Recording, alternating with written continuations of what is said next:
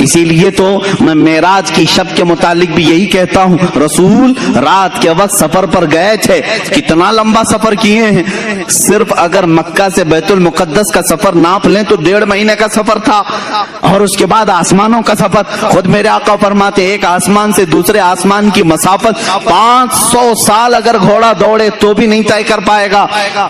اس طرح 7 آسمانوں کا سفر، جنت و دوزخ کے نظارے، عرش و کرسی، لوح و قلم، سب کا دیدار، پھر بارگاہ الہی میں پہنچ، پھر اس کے بعد واپس تشریف لائے۔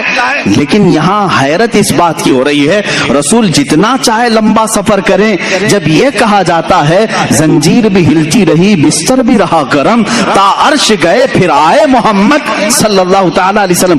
اب عقلیں حیران ہوتی ہیں، شارٹ ٹائم میں، اتنے وقت میں بستر گرم کتنی دیر رہتا ہے؟ 1 منٹ 2 منٹ، زنجیر دروازے کی کب تک ہلے گی؟ 1 منٹ 2 منٹ، 1 منٹ میں 7 آسمانوں کا سفر، جنت دوزخ کے مشاہدے، یہ سب کیسے ممکن ہے؟ تب بعض محققین نے یہی کہا میرے عزیزوں، وہ جانے کائنات ہے، وہ جانے کائنات ہے۔ اللہ نے کائنات کی جان کو اپنی بارگاہ میں بلایا تھا، تو کائنات کا جو نظام تھا، ٹائم تھا، جہاں تھا وہیں رک گیا، اس لیے کہ جان نہیں ہے تو گھڑی بھی نہیں چلتی ہے۔ گھڑی میں ابھی 11 بج رہے ہوں، 10 بج رہے ہوں، سیل نکال لیا تو وہیں رکے گی کہ نہیں رکے گی؟ اور تم 4 گھنٹے کے بعد سیل ڈالو گے تو 4 بجے سے نہیں چلے گی، کہاں سے چلے گی؟ 12 پہ اگر سیل نکالا تھا 12 سے ہی چلنا ہے، اس لیے کہ تم نے اس کی جان نکالی تھی، اب جب جان ڈالو گے وہیں سے چلے گی۔ معراج کی شب مصطفیٰ کریم صلی اللہ علیہ وسلم کو رب نے اپنی جلوں میں بلایا، وہ جانے کائنات کو اپنی بارگاہ میں بلایا، تو میں کہتا ہوں وہ سفر 500 سال کا تھا کہ 5000 سال کا تھا یا 5 لاکھ سال کا تھا، یہ ہمیں معلوم نہیں، لیکن کائنات کو رسول نے جہاں چھوڑا تھا وہ وہیں رکی تھی۔ جب وہ جانے کائنات واپس آئی تو جہاں وقت رکا تھا وہیں سے پھر چل پڑا۔ یہ ہے معجزہ میرے آقا صلی اللہ علیہ وسلم کا، تمہیں ماننا پڑے گا وہ جانے کائنات ہیں، وہ اصل کائنات ہیں، وہ مقصود کائنات ہیں۔ رسول کریم صلی اللہ تعالی علیہ وسلم کی جب اس حیثیت کو تم سمجھو گے تب پھر تم حضور کے حیات کا انکار نہیں کرو گے۔ حضور پاک کو مردہ مر کر مٹی میں ملنے والا اس طرح کے جسارت والے جرت والے کلمات نہیں بکو گے۔ تمہیں یہ معلوم ہونا چاہیے وہ عام بشر نہیں ہیں، وہ نوری بشر ہیں اور اللہ کے حبیب ہیں، اللہ کے محبوب ہیں۔ اللہ نے جب اپنے فرشتوں کو اتنی طاقت دی ہے تو اپنے خاص محبوب کو کتنی طاقت دی؟ وہ اللہ کے حبیب صلی اللہ تعالی علیہ وسلم حیات میں ہیں۔ اب میں آپ کو بتاؤں حضور اکرم صلی اللہ تعالی علیہ وسلم کی حیات طیبہ بعد وفات اگر نہ ہو تو صحابہ کبھی حضور کے پاس نہیں جاتے۔ ایک صحابی ہیں حضرت ابو ایوب انصاری رضی اللہ تعالیٰ عنہ، نام سنے کہ نہیں؟ حضرت ابو ایوب انصاری میزبان رسول ہیں، سب سے پہلے مدینہ طیبہ میں حضور کی میزبانی کا شرف حاصل کرنے والے، اور صحابہ میں یہ بڑے محترم تھے، معزز تھے، صحابہ ان کی ادب بھی کرتے تھے، حضور پہلے ان کے گھر قیام فرمائے۔ ایک بار ایسا ہوا کہ خلفائے راشدین کا زمانہ ختم ہو چکا تھا، حضرت ابو ایوب تھے اس زمانے میں، امیر معاویہ رضی اللہ تعالیٰ عنہ کا زمانہ بھی ختم ہو چکا تھا تقریباً، یا حضرت امیر معاویہ کے زمانے میں مروان نام کا ایک شخص، مروان بن حکم، یہ مدینے کا گورنر بنایا گیا، مدینے کا گورنر بنایا گیا۔ یہ اس زمانے کی بات ہے جب اہل بیت اطہار کے خلاف یعنی ظلم کی داستانیں ہو رہی تھیں، اہل بیت اطہار پریشان کیے جا رہے تھے۔ حضرت ابو ایوب انصاری رضی اللہ تعالیٰ عنہ یہ ایک بڑے جلیل القدر صحابی ہیں۔ ایک دن مروان حضور صلی اللہ تعالیٰ علیہ وسلم کے روزے پر آیا، اس وقت حجرہ کھلا رہتا تھا، کھولتے تھے بند کرتے تھے، دیکھا حضور کی قبر پر لپٹ کر کے کوئی رو رہا ہے، حضور پاک صلی اللہ تعالیٰ علیہ وسلم کے قبر اطہر کے پاس سر جھکائے کوئی رو رہا ہے۔ مروان پیچھے سے آیا، گورنر تھا، مدینے کا گورنر تھا، پیچھے سے اس نے گردن پکڑی، کہا کون ہے یہ بوڑھا شخص یہاں اس وقت یہاں آیا ہے؟ تو پلٹے بغیر جب انہوں نے آواز دی تو گھبرا گیا، پہچانی ہوئی آواز دکھ رہی، وہ کھڑے ہو گئے تو وہ ڈر گیا کیونکہ حضرت ابو ایوب انصاری تھے۔ میزبان رسول تھے. اب انہوں نے جو جملہ کہا وہی ہمارا عقیدہ ہے.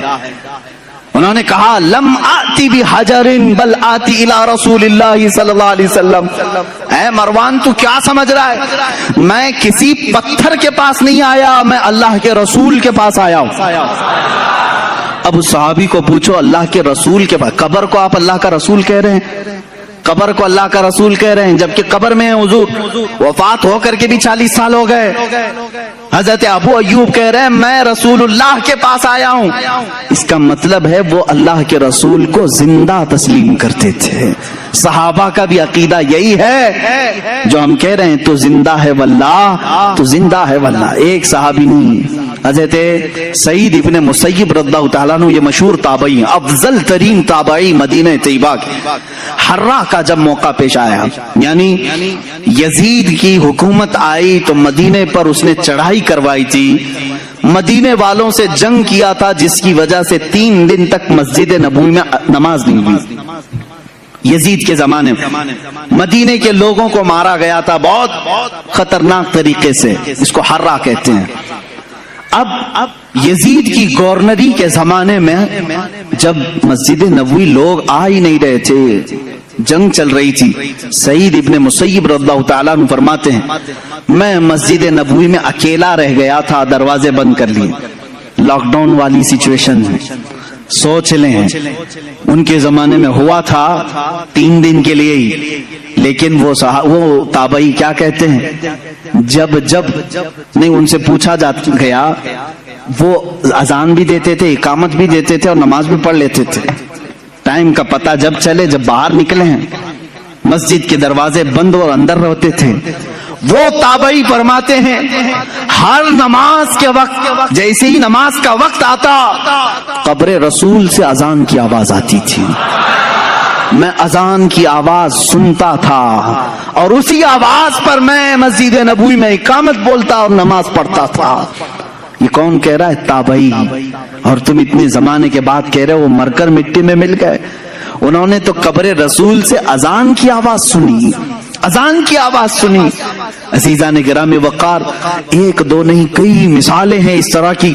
رسول پاک صلی اللہ تعالی علیہ وسلم کی حیات کے متعلق، وفات کے بعد کی حیات کے متعلق کئی لوگوں نے میرے آقا صلی اللہ تعالی علیہ وسلم کا دیدار بھی کیا، زیارت سے مشرف بھی ہوئے ہیں. حضرت سیدنا احمد کبیر رفاعی رحمۃ اللہ تعالی علیہ، یہ بغداد مقدسہ سے چل کر مدینہ طیبہ حاضری تھی. مشہور ہے روایت، رسول کریم صلی اللہ تعالی علیہ وسلم کی بارگاہ میں انہوں نے کیا مانگا تھا معلوم ہے؟ سوال کیا کیا تھا انہوں نے؟ سیدھے انہوں نے یہی سوال کیا، ہم جائیں تو الگ الگ چیزیں پوچھیں. وہ اللہ کے ولی تھے حضرت احمد کبیر رفاعی رحمۃ اللہ تعالی علیہ. سوال یہ کرتے ہیں اے اللہ کے رسول، سنا ہے آپ کسی بھی فقیر کو لوٹاتے نہیں ہیں، مایوس نہیں بھیجتے، بس بندے کی یہ طلب ہے کہ آپ اپنی قبر انور سے ہاتھ نکالیں، مسافہ کرتا ہوں. اللہ اکبر. 400 سال کے بعد کی بات ہے یہ. اور کتابوں کی روایت کرنے والوں نے یہ روایت کیا، قبر رسول سے ہاتھ باہر آیا، انہوں نے مسافہ بھی کیا. عزیزان گرامی وقار، اگر حیات النبی کے متعلق تم مجھ سے سوال کرتے جاؤ اور میں پیش کرتا ہوں. حضرت عروہ بن زبیر رضی اللہ تعالیٰ عنہ، یہ بھی تابعی، 60 ہجری میں حضور کی وفات 11 ہجری میں ہو چکی تھی. 60 ہجری میں مدینے میں ایک بار سیلاب آیا، سیلاب میں پانی بہت زیادہ اور مسجد نبوی میں بھی پانی آیا، یہاں تک کہ رسول کریم صلی اللہ تعالی علیہ وسلم کی قبر انور کے پاس بھی پانی آیا. 3 قبریں تھیں اندر، حضرت ابو بکر، حضرت عمر رضی اللہ تعالیٰ عنہما کی بھی قبریں حضور صلی اللہ علیہ وسلم کے ساتھ ہیں، یہ سب کو معلوم ہے. ایک قبر کھل گئی اور پیر بھی دکھنے لگا، پیر بھی دکھنے لگا. 60 ہجری کی بات کر رہا ہوں، یہ حدیث پاک میں موجود ہے. اس وقت مدینے والے جمع ہو گئے، اے آؤ مدینے والوں، رسول اللہ کا قدم دکھ رہا ہے، رسول پاک صلی اللہ تعالی علیہ وسلم کا قدم ظاہر ہے. تو سب جمع ہوئے، بھیڑ لگی. حضرت عروہ بن زبیر رضی اللہ تعالی، حضرت زبیر کے بیٹے، یہ آئے، انہوں نے لوگوں کو ہٹایا، غور سے دیکھا اور کہا واللہ ما هذه قدم رسول اللہ صلی اللہ علیہ وسلم، قسم خدا کی یہ رسول اللہ کا قدم نہیں ہے بلکہ یہ عمر ابن خطاب کا قدم ہے. کہتے میں اچھی طرح پہچانتا ہوں یہ عمر ابن خطاب کا قدم ہے. اے عزیزو سوچو, عمر کا قدم سلامت ہے تو رسول اللہ کا جسم کیا ہوگا؟ تم تو رسول کے جسم پاک کے بارے میں سوال کر رہے ہو. تابعین کہہ رہے ہیں عمر کا قدم سلامت تھا 60 ہجری میں. حضرت عمر رضی اللہ تعالیٰ عنہ کون ہیں؟ کیا وہ اللہ کے رسول ہیں؟ کیا وہ نبی ہیں؟ بلکہ حضرت عمر کہتے ہیں مجھے جو عزت ملی ہے وہ قدم رسول سے ملی ہے. جو عزت ملی ہے وہ رسول پاک کی وجہ سے ملی ہے. جن کی یہ عزت رسول پاک کی وابستگی کی وجہ سے ہو, اس رسول پاک کا جسم ناز کیا سلامت نہیں ہوگا؟ اب آؤ خود حضور کی حدیث ہی میں بتا دوں, نبی اپنی قبر میں زندہ ہے یا نہیں. اتنے بڑے ٹاپک پر ڈسکس کرنے سے پہلے مجھے یہ چاہیے بھی تھا, اور بلکہ آپ اگر کبھی سوال کریں, کوئی سوال کرے تو صرف ایک بات پوچھیں, میاں تو رسول پاک کی معراج کو مانتا ہے کہ نہیں؟ ہاں مانتے ہیں. چلو آسمانوں پر جانے کی بات کی, بیت المقدس تک کا تو سفر قرآن سے ثابت ہے. سبحان الذي اسرا بعبده ليلا من المسجد الحرام الى المسجد الاقصى, مسجد اقصی تک کا سفر قرآن سے ثابت ہے. اتنا تو مانتے ہو. مسجد اقصی میں کیا ہوا تھا؟ مسجد اقصی میں کیا ہوا تھا سنی مسلمانوں سب جانتے ہو. رسول پاک نے سارے نبیوں کی امامت کی تھی. کتنے نبی؟ آدم علیہ السلام سے لے کر عیسیٰ علیہ السلام تک جتنے نبی تھے ان سب کی حضور نے امامت کی تھی. مجھے یہ بتاؤ, یہ 1,24,000 کم و بیش جو نبی آئے تھے وہ کب کے نبی تھے؟ وہ کب کے نبی تھے؟ کیا رسول کے زمانے کے نبی تھے؟ وہ صحابی نہیں. ان کی وفات ہو کر کسی کی 4,000 سال, کسی کی 3,000 سال, کسی کی 2,000 سال, کسی کی 500 سال, سینکڑوں سال پہلے وفات پائے ہوئے سارے نبی مسجد اقصی میں حضور کی اقتدا میں جمع ہیں. وہاں ابراہیم و اسماعیل بھی ہیں, داؤد و سلیمان بھی ہیں, موسیٰ و عیسیٰ بھی ہیں علیہم الصلاۃ والتسلیم. نادان جب تم معراج کے واقعے میں یہ جانتا ہے نبی ان تمام نبیوں کی امامت کر رہے ہیں جو بہت پہلے فوت ہو چکے تھے, وہ زندہ ہو کر آئے بھی اور حضور کے پیچھے نماز بھی پڑھے. اب بتا جو ان تمام نبیوں کی امامت کیا ہے وہ کیسے مردہ ہو سکتا ہے؟ خود میرے آقا فرماتے ہیں معراج کی سفر پر میں جب جا رہا تھا میں نے نظر کیا موسیٰ علیہ السلام کی قبر پر. حضور فرماتے ہیں موسیٰ علیہ السلام کہاں ہیں؟ یہاں بیت المقدس میں بھی ہیں, آسمانوں میں بھی ہیں. اور حضور کی ایک حدیث یہ بھی ہے, میں نے سفر میں موسیٰ کی قبر کی طرف دیکھا, موسیٰ علیہ السلام کو اپنی قبر میں کھڑے ہو کر نماز پڑھتے ہوئے میں نے دیکھا. حضور کیا فرما رہے ہیں؟ کھڑے ہو کر نماز پڑھتے ہوئے میں نے دیکھا. یہ حدیثیں ہیں میرے عزیزو.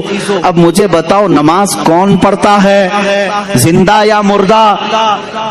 نماز کون پڑھتا ہے؟ ارے مردہ ہو تو اس کی پڑھی جاتی ہے اور زندہ اپنی پڑھ رہا ہوتا ہے. اور اللہ کے نبی فرما رہے ہیں موسیٰ علیہ السلام کو میں نے قبر میں نماز پڑھتے ہوئے دیکھا. جب موسیٰ اپنی قبر میں نماز پڑھنے کے لیے زندہ ہے, میرا عقیدہ یہ ہے تو زندہ ہے واللہ, تو زندہ ہے واللہ. میری چشم عالم سے چھپ جانے والے رسول کریم صلی اللہ تعالی علیہ وسلم کی حیات طیبہ کے لیے بہت ساری دلیلیں ہیں, خود احادیث سے ثابت ہیں. دوسرے نبیوں کی جب زندگی ثابت ہے تو رسول کی زندگی بھی تمہیں ماننی پڑے گی. آؤ اب صحابہ کا ہی عقیدہ سب سے بہترین عقیدہ ہے نا, سب سے بہترین عقیدہ. ماں عائشہ صدیقہ رضی اللہ تعالیٰ عنہا کا عقیدہ پوچھتے ہیں, آپ کا عقیدہ کیا ہے رسول کے متعلق؟ سنیں. جب رسول کریم صلی اللہ تعالی علیہ وسلم وفات پا گئے, حضور پاک صلی اللہ تعالی علیہ وسلم کی وفات ہوئی, آپ کا دفن, آپ کی تدفین کہاں ہوئی؟ وہ حجرہ عائشہ ہے. حضرت عائشہ صدیقہ کا وہ مکان تھا, اسی میں وہ آرام فرماتی تھی. حضرت عائشہ کے حجرے میں حضور کی تدفین ہوئی, سب کو معلوم ہے. حضرت عائشہ صدیقہ کے پاس ہی چابی رہتی تھی. حضرت عائشہ کمرہ کھولتی تھیں, کمرے کے اندر جاتی تھیں, صفائی کرتی تھیں. چند سالوں کے بعد حضرت ابو بکر صدیق کا وصال ہوا. حضرت ابو بکر صدیق بھی کہاں دفن ہوئے؟ رسول پاک صلی اللہ علیہ وسلم. ان کی بھی تدفین کا انداز بھی یہ ہے, انہوں نے وصیت کی تھی میرا جنازہ حجرے کے سامنے رکھ دینا, اگر رسول سے اجازت ملے تو دفن کرنا.